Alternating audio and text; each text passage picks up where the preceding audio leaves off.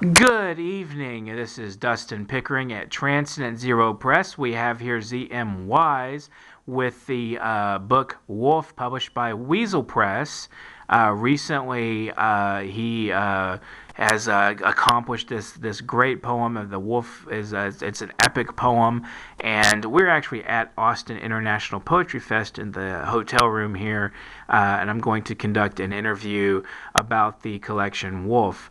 So ZM, I've noticed there's a theme that seems to be taking place. The community of wolves, they have their sacred oath, which is basically their ideals are contained within that oath. And also, I noticed there is a distinct metaphor from the wolf community to the human community.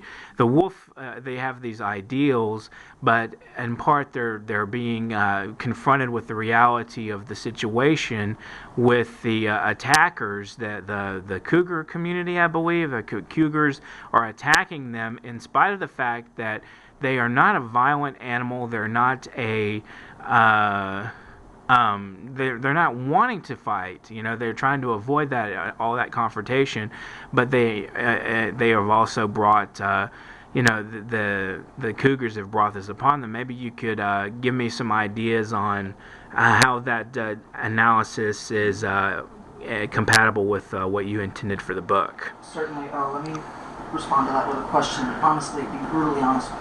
What are you seeing so far? What are you getting out of this as you were reading through? Is there an analogy that you're seeing between the wolves and the humans in general? Yeah, that's I generally saw it as an allegory of the wolves were kind of like some kind of part of the human spirit, both kind of the noble side of the human spirit as well as the herd spirit, it's very communal spirit part of human nature. Okay. That's what I could gather from it. Okay, then that's what it's going to mean, sir. I say, as usual. I mean, if you don't know what a poem means, think of one for yourself. That's what it's going to mean. I know some people aren't really too crazy about that sort of idea, but art is subjective, and my meaning could be more insignificant than yours. I think yours is what matters as the reader. I'm the creator, yes, but it's going to matter to you. So tell me, about how long did it take you to compose this epic? Well, it started out as a stream of consciousness piece. I had my voice recorder out with me. Before I used to take fitness seriously, I used to take these power walks around my neighborhood, and of course there's a full moon out, how cliche, right? And the wolf is my spirit animal, and I wanted to create an epic or a lengthy piece of some sort. I just didn't know how to go about it. So I turned the voice recorder on, started recording, and the entire recording lasted for 30 minutes and 11 seconds. I took it home after a much-needed cool-down, of course, and I began to write it. This was in December of 2010, all of it. And I also wrote 10 supplemental poems. They're in another section of the book. They're not related to the epic, but they're other wolf and werewolf-themed poems. And like I said, I needed to add more structure to the piece. Since it was an epic, I didn't want it to be entirely free verse. So I had a lot of fun playing with certain rhyme schemes, meters, and styles, and what have you. And the piece formed itself, really. And sure, the editing process took quite a while, since it was by audio and not reading from the notebook. And then, of course, I typed it up and made it extremely pretty and all. So that's how Wolf was made. Is there a specific verse form you kind of use? Maybe some people would choose a sonnet, or or is there a specific type of verse you use? Maybe a quatrain or a couplets or anything that you specifically experimented with? I want it to be as versatile as possible. Some of the pieces in there, since it's divided into 18 parts, the epic, some of them consist of couplets, some of them are quatrains, some of them are more lyrical poetry, and some of them have a certain number of syllables for each line. feel free to count them yourself. And that's pretty much how that was structured. Maybe you could tell me, we came to Austin International Poetry Fest a couple of years back, and we wound up getting a ride from a guy whose workshop was on epic poetry, and we wanted to attend that, and we missed it, but maybe did he give you any kind of advice or... Yeah, and he was working on epic himself that he had been working on for many years. Almost 30 years to be exact. Yeah. Did he give you any piece of advice or anything that you took into account? I actually had the pleasure of seeing a couple of those workshops on his YouTube channel. Frederick Glacier was his name. Yes, and what I took from that personally. Playing around with an epic, it's optional, but honestly, there's a lot more structure. You read the Iliad, you read the Odyssey; those are extremely strict as far as verse goes. Now you read something like the Epic of Gilgamesh, and it's more like a narrative story. Now, there's barely any rhyme, as a matter of fact, but it really depends on the epic poem, and some of the pieces could be more about anti-heroes than heroes. I mean, an epic is generally a long narrative poem about a hero of some sort, and to some the wolf may very well be the hero, to some may be the villain, to some might stand neutral between the two. Could be the animal that you love to hate. I haven't come into from where I left off in my reading of Wolf. The central character is Laconius, I believe. Father Laconius. Laconius.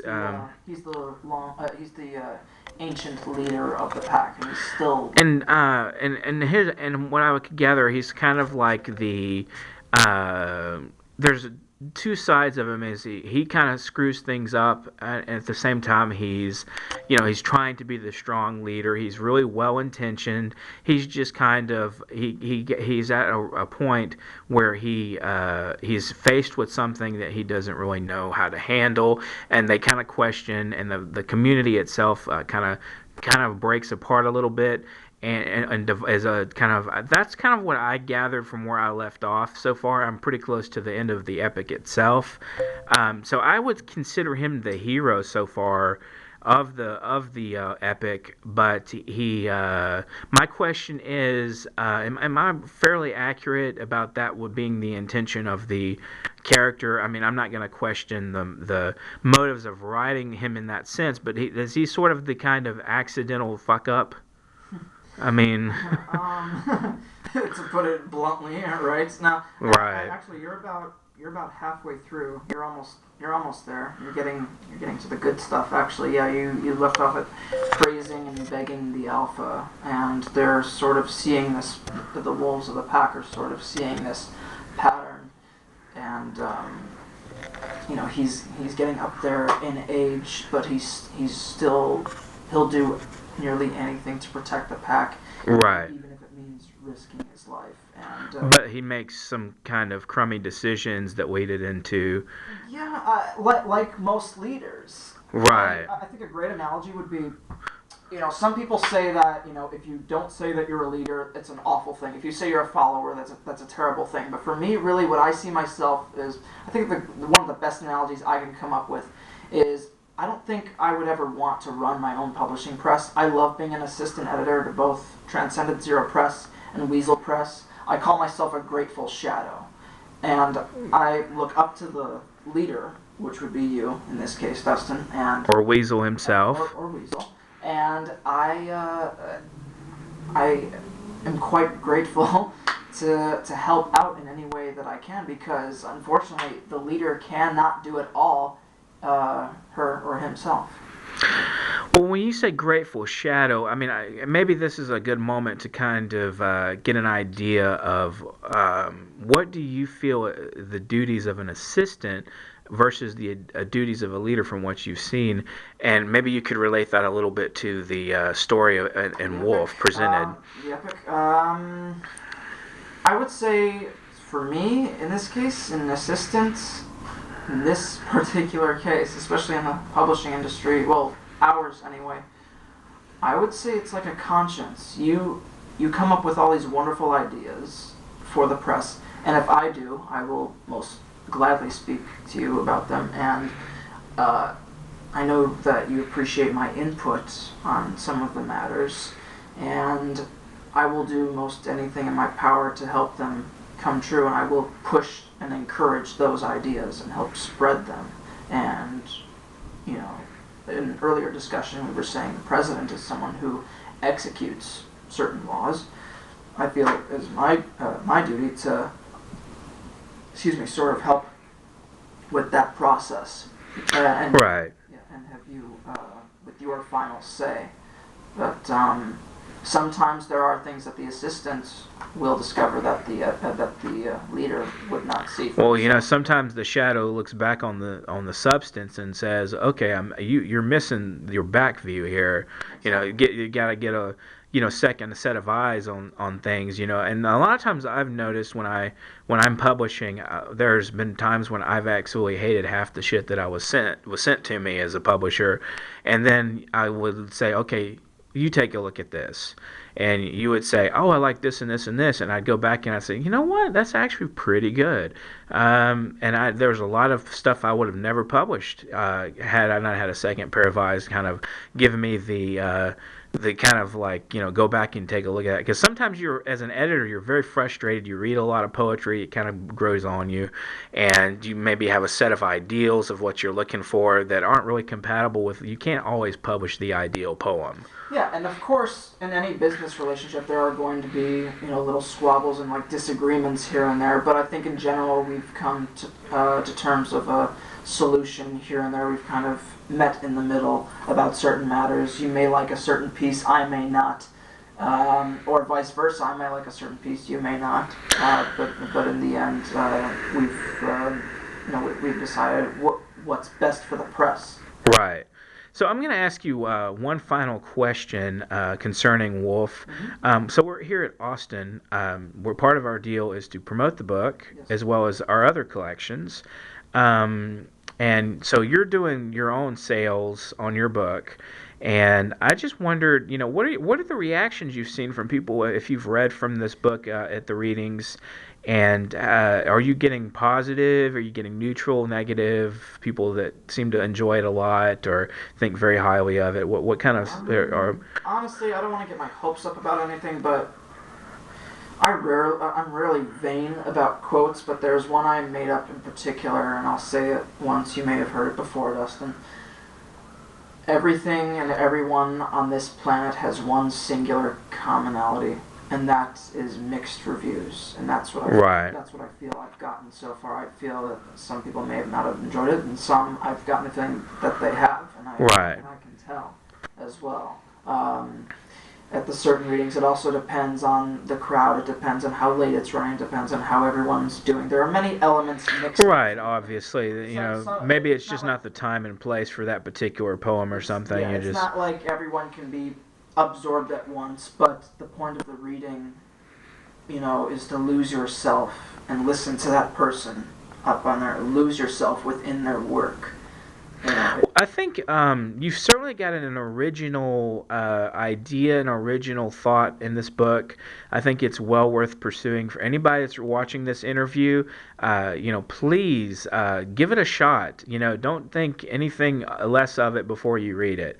It's a great collection, a wonderful idea, and there's a lot of heart put into this. And I think it's actually Z.M. Wise's finest collection thus far.